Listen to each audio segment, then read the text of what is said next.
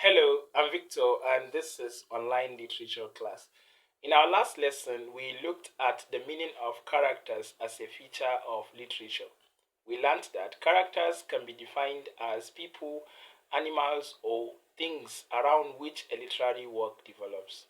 In today's lesson and the subsequent lessons that we'll be having in the coming days, we will look at the meaning of figure of speech. We'll look at figures of speech. As an introduction, we all know that in English language there is what we call parts of speech. Parts of speech are what we use to construct sentences obeying grammatical rules.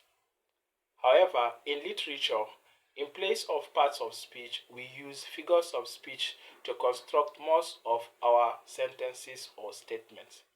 For example, a sentence like Aisha is writing, which is a normal English statement, can be converted to be a literary statement as this: Aisha's pen is dancing on a paper. These two sentences are the same. The other one uses figurative language, while the other one is just in a plain English sentence. Now, today we'll look at three figures of speech. Today we'll look at three figures of speech, which are metaphor, simile, and personification. Now let's get down to it. Metaphor can be defined as a figure of speech that compares two unlike things directly. Metaphor can be defined as a figure of speech that compares two unlike things directly. For example, Ali is a lion. Ali is a lion. Now, Ali and lion are two different things.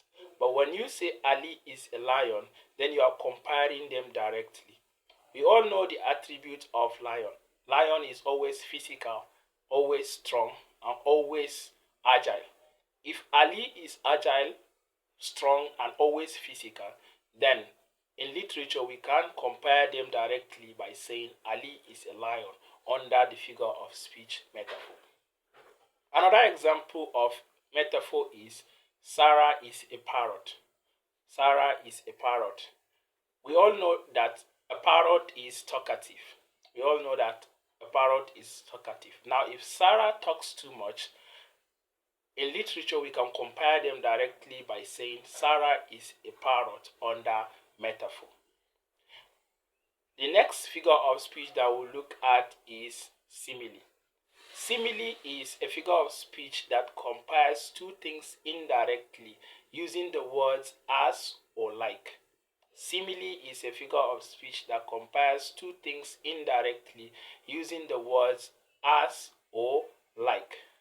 For example, the previous sentences that we discussed under metaphor, Ali is a lion and Sarah is a parrot. We can convert them to simile as this: Ali is as strong as lion, or Ali acts like a lion. We can say Sarah is as talkative as parrot, or like Sarah talks like a parrot. Sorry for the mix up.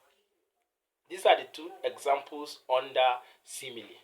In simile, the comparison is indirect, using as and like. Unlike in metaphor where they are direct, in simile is indirect. The next figure of speech that we'll look at today is personification. Personification can be defined as a figure of speech that gives animate attributes to inanimate things. Personification can be defined as a figure of speech that gives animate attributes to inanimate things. For example, the sky is crying. Crying is an animate attribute. Sky cannot cry. But when we say the sky is crying, what comes to your mind? Raining? Then you are right. The sky is raining. It's raining. Then you say the sky is crying. You are giving an animate attribute to an inanimate thing. How about my pen is bleeding my painful story? My pen is bleeding my painful story. Bleeding is an attribute of either animal or human being. But then I said my pain is bleeding. What comes to your mind? Yeah, you are right. I am writing. My pen is writing my painful story. Another example is the sky is pregnant. Wow, who impregnated the sky? Nah, it's only a personification. It's about to rain. Soon it's about to rain. That's why we say the sky is pregnant. These are examples of personification.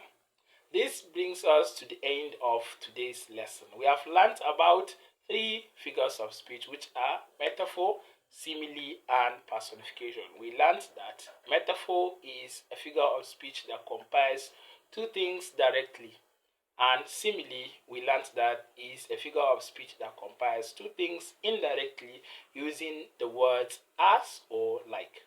And finally, we learned that personification is a figure of speech that gives animate attributes to inanimate things. Please leave your questions if you have one. Leave your comments if you have one in the comment section. Like the video and share. And I hope to see you in our next class. I'm Victor. Bye.